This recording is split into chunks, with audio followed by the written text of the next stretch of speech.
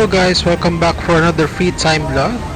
So for today's video, actually papunta ang Robinson dito sa video na to. Kaso wala akong bari pamasahe papuntang from terminal ng SM going to Robinsons. So ayun, naisip ako kumain para magpabarya. Nagpapalit ako ng 50 pesos sa mama ko ang tricycle at jeep. Hindi ko na-realize nung nasa jeep na ako, hindi ko na-realize na kailangan ko pa ng ng pamasahe barya papuntang Robinson. So sakto merong minute burger dyan sa may terminal ng SM, sakay ng SM Robinson, kaya kumain ako para mabaryahan. Anyway, na-miss ko to, itong minute burger na to. Ang usually kinakainan ko na minute burger yung branch sa Rosario, Pasig. Doon lang ako kumakain yan, wala nang iba. Saan pa ba ako nakatry ng minute burger bukod dyan? Doon lang, dalawa yung branch doon sa Rosario. Isa dun sa may Floodway, malapit sa Floodway, tapos yung isa naman sa Rosario mismo. Anong drinks nyo? Parati ako bumibili. 1 month ako nag-training doon malapit sa Rosario, tapos nag-uupa ako ng kaya juice na bed space lang, nag-uupa ako ng bed space. Tapos every night hindi ako kumakain ng kanin, ang kinakain ko yan. Sobrang busog ako guys. Ang parati kong in-order doon is overload, gaya yung in-order ko dyan. Overload siya. Yun lang, ito is double hamburger. So yung isang burger na double yung ham niya. Tapos overload pa siya kasi may egg. At saka double cheese. Yan, so nakikita nyo niluluto na siya. Ako lang yung customer kanina, so buti lang kahit pa paano walang pila-pila at may available na upuan. Kung gusto nyo i-try ito, I think available to sa guys. Yung malaki Available siya sa Food Panda at saka sa Grab Food. isa lang. If you wanna try it, just order there. Alam ko may isa pang branch dito sa atin sa San Fernando na minute burger. Sa may naman yun, sa may San Agustin Village yata, yung mga bagong tayong building doon. Alam ko meron din doon minute burger. Pero ito sa may terminal ng SM to. Sarap naman siya. Yun nga lang, mas maliit na ngayon yung buns nila. Medyo nadismaya ako doon. Kasi dun sa dating kinakainan ko, ang lalaki ng buns, parang kasing laki ng Big Mac yung mga buns. Ngayon hindi na. Lumiit na siya. Sobrang liit niya. Pero masarap pa rin naman. May iba-iba silang flavor ng burger guys. Meron ako nakita doon mushroom gravy yata yun. Tapos buy one take one lahat ng nila. Kaya medyo mahal siya kasi buy one take one lahat. Takaw ko nga dyan guys, naubos ko yung buy one take one. Tapos yung drinks ko pa, dalawa. Ang dalawang tao yung order ko. Sinira ko nga yung diet ko ngayon guys kasi di ba diabetic nga ako, so binabawasan ko yung rice ko pa unti-unti. So last time 1.5 rice yun, dati kasi nakakaubos ako ng 2.5 anong kadaming rice. Ngayon binawasan ko na, ginawa kong 1.5. Ngayon naman nasa third day na ako, half rice lang, half cup ng rice lang ang kinakain ko. Sobrang konti guys, napakasad. Talagang sobrang sad. Pero hindi ko na makain yung gusto kong kainin. Like yung gusto ko na maraming rice, ganun. Pag minsan gusto kong mag soft drinks, pero hindi na pwede mag soft drinks. Tapos yun nga, tinapay, iwas sa tinapay. Diyan napilitan lang ako kasi wala akong pamasahe guys. Wala akong barya.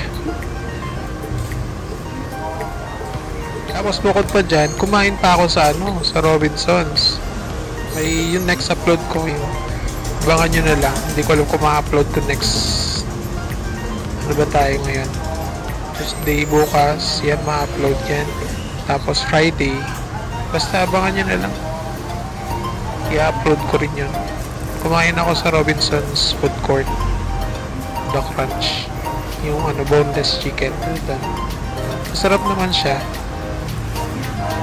One rice nga lang yung kinain ko, wala. Naubos ko siya. Pero parang di one rice yun, parang half rice lang. Hindi lang, konti lang Parang half cup lang siya. Yan masarap sana yan yung coleslaw. Kaso tipid ni ate isang kutsarita lang.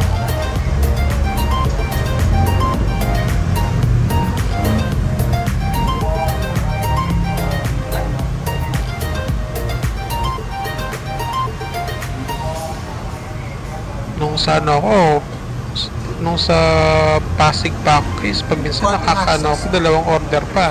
So, ibig sabihin, 4 na burger yun. Pag walang overload, minsan kasi wala silang overload. So, binibili ko, ganun ako kapatay gutom talaga dati. Actually, kahit naman ngayon, yun nga lang talagang, alam mo yun, umiiwas tayo sa carbohydrates. Kasi ayaw ko na maggamot, guys.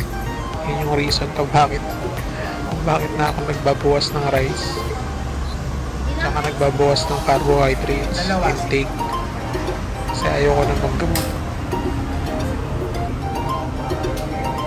May side effects kasi yung gamot guys pag tumagal. Mahirap na.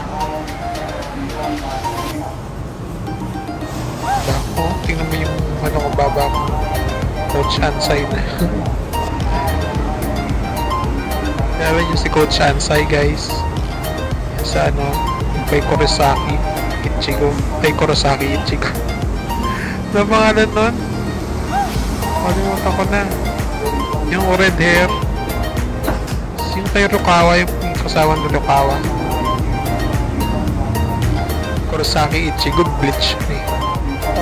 Slam Dunk kayo. Slam Dunk. Kasi anong pangalan ng ng bida dun? Hanamichi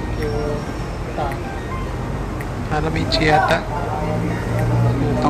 Dami ng mga anime na pinapanood ko, nakalimutan ko na.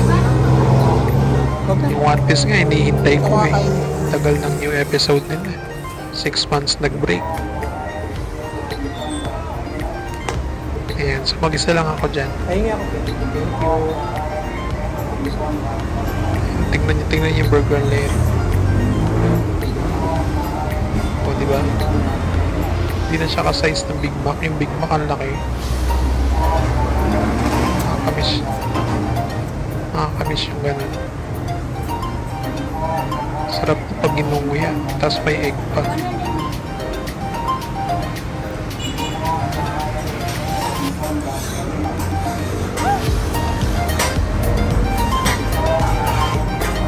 Parang akong gutom na guys. Actually, napapansin ko, kahit na konti lang yung kinakain ko ngayon, parang madali ako mabusog. Parang okay na siya. Pag kumain ako ng konti, okay na. Hindi kaya dati yung cravings ko, sinasatisfy ko, di ba? Kasi, siyempre, mahilig ako sa rice, so madamihan. Tapos busog ako, sarap-sarap. Ngayon, dahil konti na yung kinakain ko, parang ganun din. Parang busog din naman ako. Siguro talagang yun, no? Ang tawag doon, ewan ko, hindi ko ma-explain. Craving na craving lang siguro talaga yun kung bakit ako kumakain na madami. So pwede palang talagang tanggalin yan, mabawasan, tiis. So totoo naman guys, kapag nasanay ka na konting kinakain mo, diba, tuloy-tuloy na mo. Konti na yung kakain mo, busog ka na, satisfied na yung tiyan mo. Satisfied na yung tiyan mo.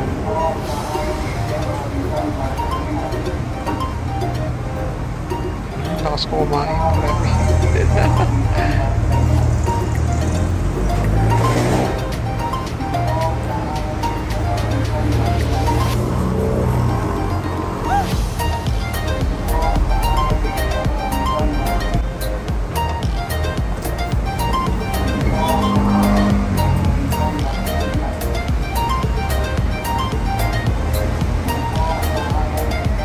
So nakatatlong video ako ngayong araw na to. Una yan, yung Minute Burger. Pangalawa yung grocery. Grocery ako guys, na konti lang naman. Pero laki na nagastos ko, 2.5. Konti lang to, tapos 2.5. Grabe na mga bilihin ngayon guys. Sobra. Tapos yung isa sa food court ng Robinsons. Merong pang pageant dun sa ano, I think university yun or college. Kasi yung mga sinisigaw nila, mga courses eh. May pageant ng mga lalaki dun. Sumisigaw silang ingay. Ilagay ko siguro yun sa isa sa mga video. Small clip lang naman siya, maliit lang.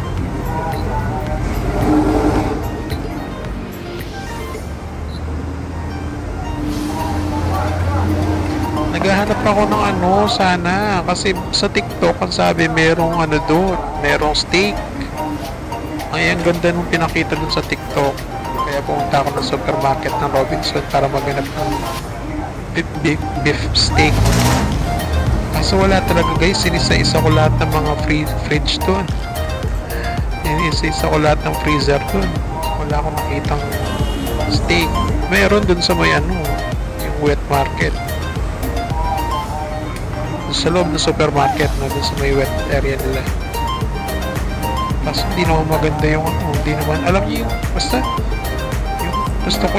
yung gusto kong itsura talaga, yung talagang steak na steak yung itsura. Yun dun purong red eh. Yung alam kong steak, medyo may parang ugat-ugat na white eh. Tapos may fats pa, di ba? Masarap yun. Pero meron namang ano dito, merong steak binili, eh, patapos na siya. Guys, hanggang dito na lang yung vlog guys. Bye bye, take care. Thank you, miss.